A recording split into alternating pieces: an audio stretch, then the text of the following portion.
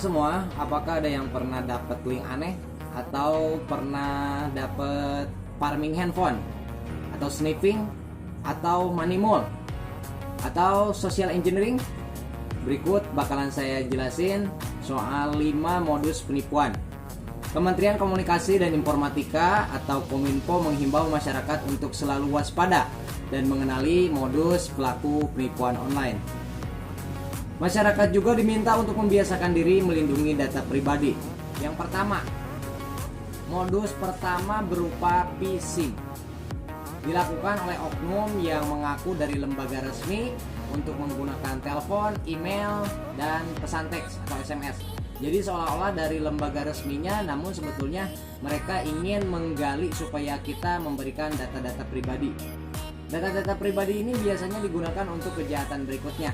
Mereka menanyakan data-data sensitif untuk mengakses akun penting dan mengakibatkan pencurian identitas sehingga kerugian. Oleh karena itu, apabila mengalami hal ini, masyarakat harus teliti, membaca dengan benar dan melihat secara seksama isi dari SMS maupun email, apakah benar pengirimnya berasal dari institusi asli. Modus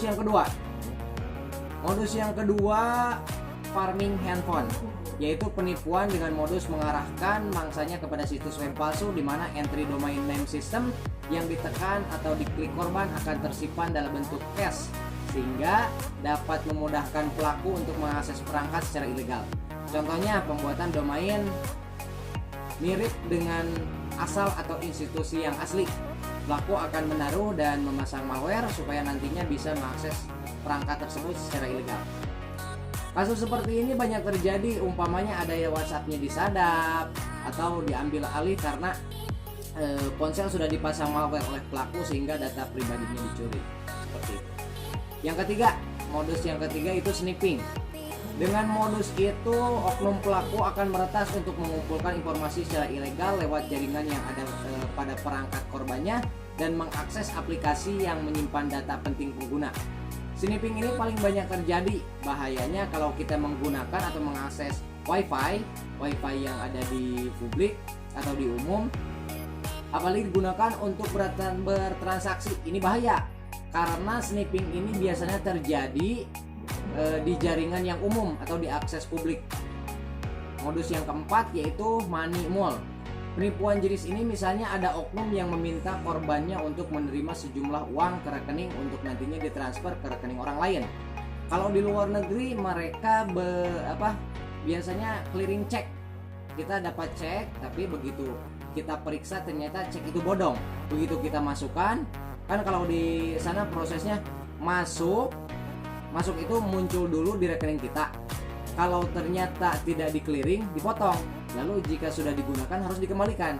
Sementara di Indonesia sendiri biasanya pelaku akan meminta calon korban untuk pembayaran pajaknya dikirim terlebih dahulu. Ya, money mole ini biasanya ditanyakan ke pelaku kepada calon korban, maukah dapat hadiah atau pajaknya dikirim dulu, seperti itu. Saya pun pernah mengalami kejadian seperti itu. Jadi sekarang masyarakat perlu berhati-hati karena money mole ini digunakan untuk money laundry atau pencucian uang. Kamu akan saya kirim uang, tapi harus transfer balik ke rekening ini. Jadi ini juga marak dan perlu kita waspadai.